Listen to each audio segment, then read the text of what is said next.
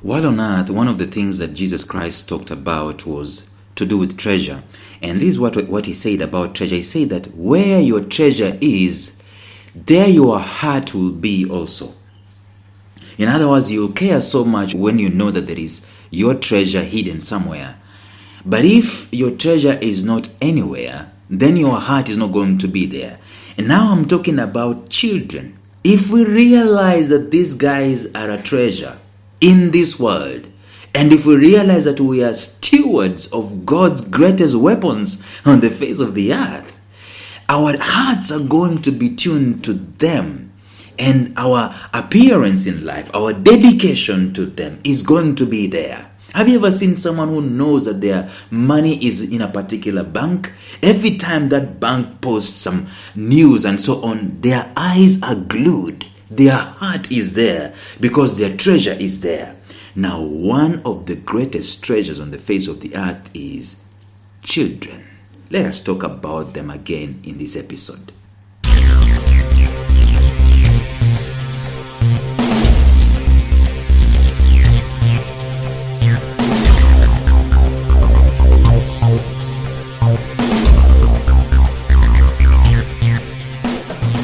Welcome to the Life Signatures podcast with Lawrence Namale. Lawrence is a life coach, author, and keynote speaker who loves to tackle different topics on purpose, productivity, and resilience. His mission in life is to awaken all your boundless possibilities available in you. Life Signatures podcast is dedicated to bring to reality every single person who knows that deep down in their gut, there's got to be more to life than this. And now, here is your host, Lawrence Namale.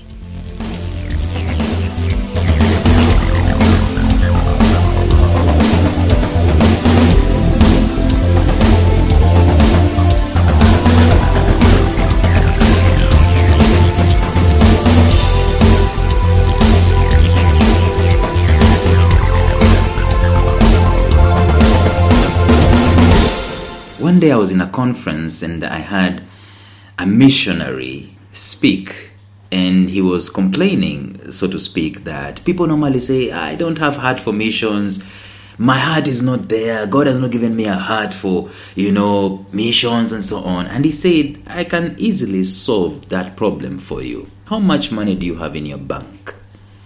Remove that money from that particular bank and put it in missions. Instantly, your heart is going to be in missions. It is about treasure.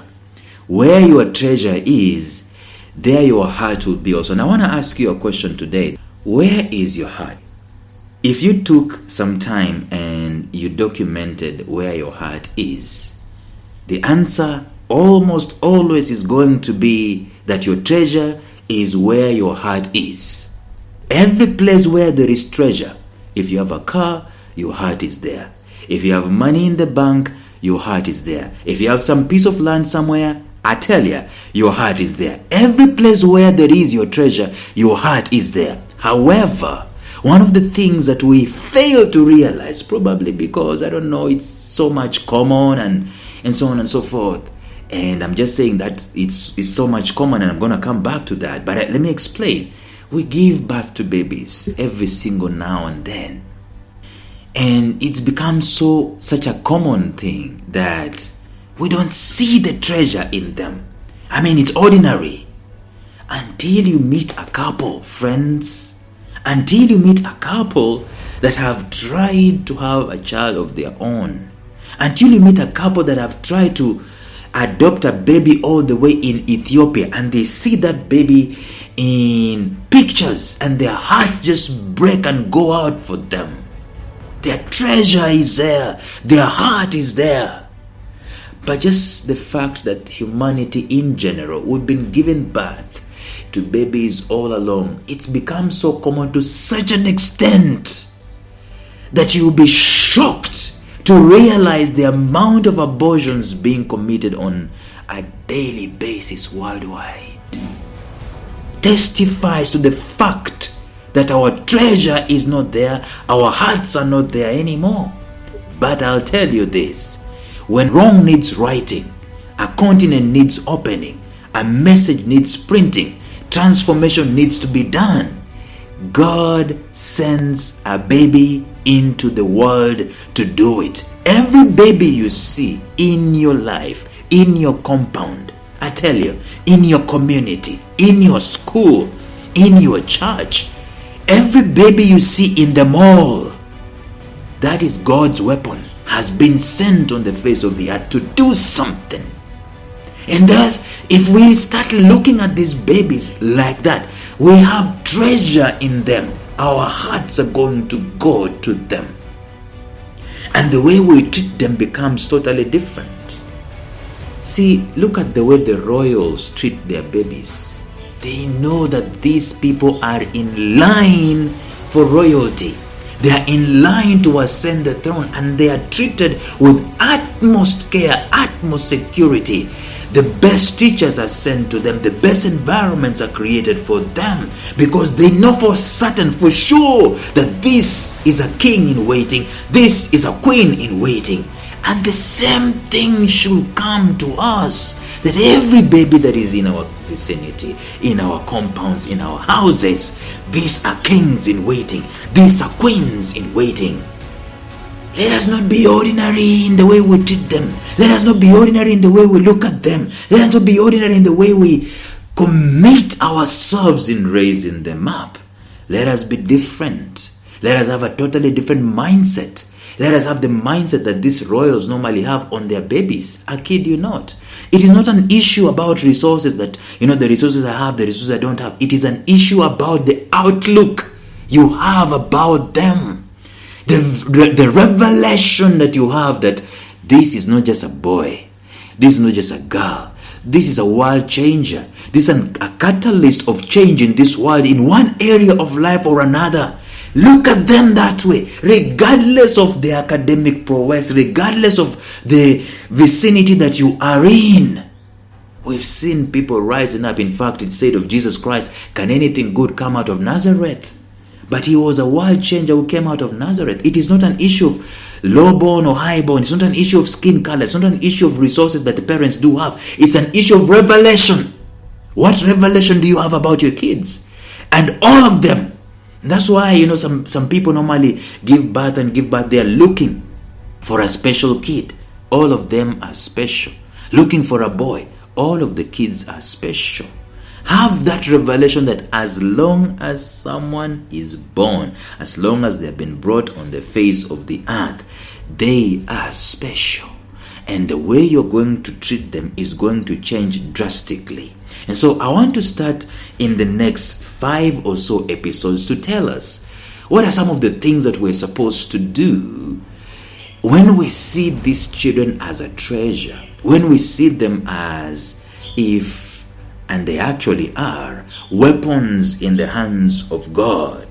The very first thing in raising them up, after we have seen that they are weapons, after we've seen that they are treasure, the very first thing that we must make sure we do, even as we treat them circumspect to the way we have the revelation about them, the very first thing we need to do is to give them perspective. Let me tell you, one of the things that we do on the face of the earth every single day when we're raising babies, it is just to pass them through status quo. Similar status quo. Like I said in the previous episodes, we have like some kind of pipe that we have to pipe people through. Every single one of them. And none of them is being given perspective. Everyone is meant to become subservient to the pipe, to a system, to a uniform system of operation. And the individual lives are not being given perspective. This means that instead of relegating their lives to passing examinations, becoming uniform like every other person, going up in the levels in school, they are supposed to be made aware of the revelation that you have in them, that they are a treasure, number one, and they are weapons in the hands of God for transforming kingdoms and transforming society. That perspective has to be hammered in them, whether they have academic prowess or not. That number one, you are a treasure. Number two, you are God's weapon. You came on the face of the earth as a weapon in the hands of God to do something. There is a mandate upon your life. There is a purpose upon your life. There is a mission that you're supposed to accomplish. And there is a purpose upon your life that God has placed there. And that's why you are here. That is the perspective all these angels need to have from a young age. Call it indoctrination all you want, but I tell you, if you raise someone to know that they are special, that they are needed, that they are treasure, and that they are weapons, the way they approach life is going to be absolutely different. The way they see themselves is going to be absolutely different. That perspective has to be given to them. Let me ask you a question. Where do they get this perspective from? Did you get the perspective, this kind of perspective I'm talking about? Did anyone give you that perspective in life? Other than telling you that you're supposed to go to school and you're supposed to get a degree, supposed to become a lawyer, engineer, or a title, whatever it is, did someone give you the perspective that you are a child of God, sent by God to transform this world, and that you're a weapon in God's hands, and that you're a treasure? Were you given that kind of perspective? I highly doubt, because people did not have this revelation, this perspective in life, that no human being is limited, that no human being is arbitrary, that no human being is just sent to the face of the earth just to walk around and to pay bills. But every single man and woman born of a woman is here on the face of the earth with a mandate upon their lives. If a child is given this kind of perspective, she becomes a seeker. He becomes a seeker. They demand of themselves because of this perspective. Remember the story I told you about the slave who was sent to the Americas, and he saw himself as a king and he couldn't sit down. And the slave owners asked, what's wrong with that belligerent slave? And the answer came that this guy in Africa was a child of a king, and he has not forgotten that. That's the same thing that happens when you give these kids perspective. They know that I am special, that the world demands of me as a world changer. If you read some of the stories about the presidents in America, it's amazing. Some of these guys, they go to the White House and they say, one day I'm going to become a president. And I know this for sure. I saw a picture of Bill Clinton, the president, one of the presidents of the United States of America, meeting a former head of state. I think it was Kennedy or something, if I get my facts right. And that perspective was put into Bill Clinton's life, and he became a governor, he became a statesperson, he became a president, because the perspective was there. So we need to have these perspectives written into their small hearts, their small minds, over and over and over again. See, nothing is more useful to this world as a seeker of purpose and a seeker of meaning. And this happens when these kids are given the perspective. Unfortunately, we have 21-year-olds who have no perspective in life, apart from getting a job, paying rent, stabilizing themselves to get married and to have their offspring of their own, and maybe build their own house, and maybe go to a cruise ship or some kind of adventure and have some loads of money. That is not the perspective. Unfortunately, that is the perspective that everyone is chasing these days. But from the viewpoint of the Creator, there is a heavier mandate in life, a heavier perspective in life that we are supposed to inculcate into the children. And let me tell you something. It is not up to you to bring that perspective to fruition. It is up to you to put it in their hearts and in their lives, to make them have that revelation. How it's going to pan out, it is up to God. But it is up to me to sow that seed, that my child, my 9-year-old, my 7-year-old, they will know two things. I am sent, and I am a treasure. Or maybe three things, and I am a weapon in the hands of God. Look at a child who has that perspective versus a child who doesn't have that perspective. There is a heaven and earth difference. It is basically like The child of a peasant equated to the child of a king. Totally different perspectives. The child of a peasant always sees themselves as peasants and servants. Child of a king always sees themselves as next in line to rule. That's how our children are supposed to be. Unfortunately, today, we have peasant children and we have royalty children. But the good news is that we can always choose. Let me tell you, there are kingdoms all over the place, and you can install a kingdom into your home by giving your children the necessary perspective. We're going to continue discussing these things in the next episode, but until then, think about that and bye-bye.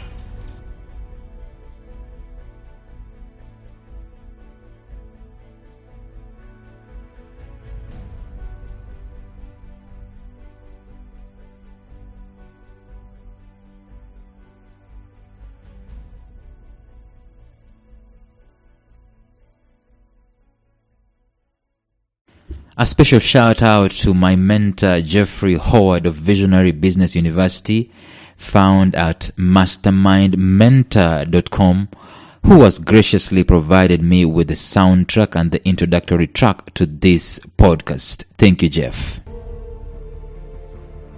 Thank you for listening to Life Signatures Radio. If you enjoyed today's show, subscribe to Life Signatures Radio on iTunes, Stitcher, or visit our website at lifesignatures.libsyn.com. Life Signatures Radio, fresh, clean, and inspiring.